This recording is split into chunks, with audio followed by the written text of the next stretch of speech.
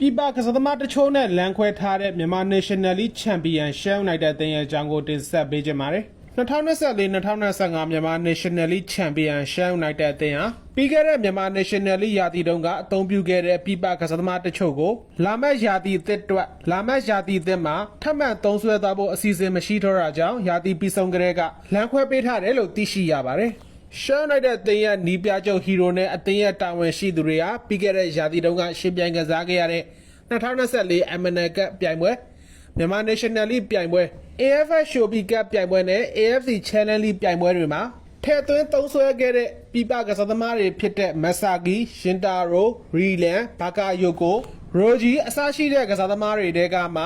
မက်ဆာဂီနဲ့ရိုဂျီကိုတက်တန်းတိုးစာချုပ်တွေထပ်မံချုပ်ဆိုထားတယ်လို့သိရှိရပြီးကြံကစားသမားတွေကတော့ရာသီပြီးဆုံးကတည်းကလမ်းခွဲပေးထားတယ်လို့သိရှိရပါတယ်။ပြီးခဲ့တဲ့မြန်မာ National League ရာသီတုန်းက Sheffield United အသင်းအတွက်အကောင်းဆုံးခြေစွမ်းပြကစားပေးနိုင်ခဲ့သလို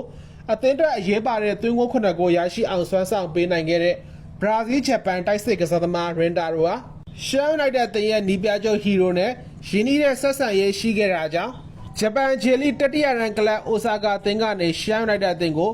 ရာသီဝက်အငှားစာချုပ်နဲ့ပြောင်းရွှေ့လာခဲ့တာဖြစ်ပေမဲ့2024-2025 မြန်မာ National League ဒုတိယကျော့ရာသီကိုတော့တိုက်စစ်ကစားသမားရင်တာရိုက Sheffield United အသင်းစီကနေအခါကျင်းငွေတစုံတရာရယူခြင်းမရှိဘဲကစားပေးခဲ့တာဖြစ်ပြီးတော့မြန်မာ National League ရာသီပြီးဆုံးချိန်မှာတော့ရင်တာရိုတယောက် Sheffield United အသင်းနဲ့နှုတ်ဆက်လမ်းခွဲခဲ့တာလည်းဖြစ်ပါတယ်။ဒါ့အပြင် Sheffield United အသင်းရဲ့တခြားပြည်ပကစားသမားတွေဖြစ်တဲ့ဝီလီယံနဲ့ဘာကာယိုကိုတို့ဟာပြီးခဲ့တဲ့မြန်မာ National League ပြိုင်ပွဲတွေမှာအကောင်းဆုံးပုံစံတွေကိုပြသနိုင်ခဲ့ပေမဲ့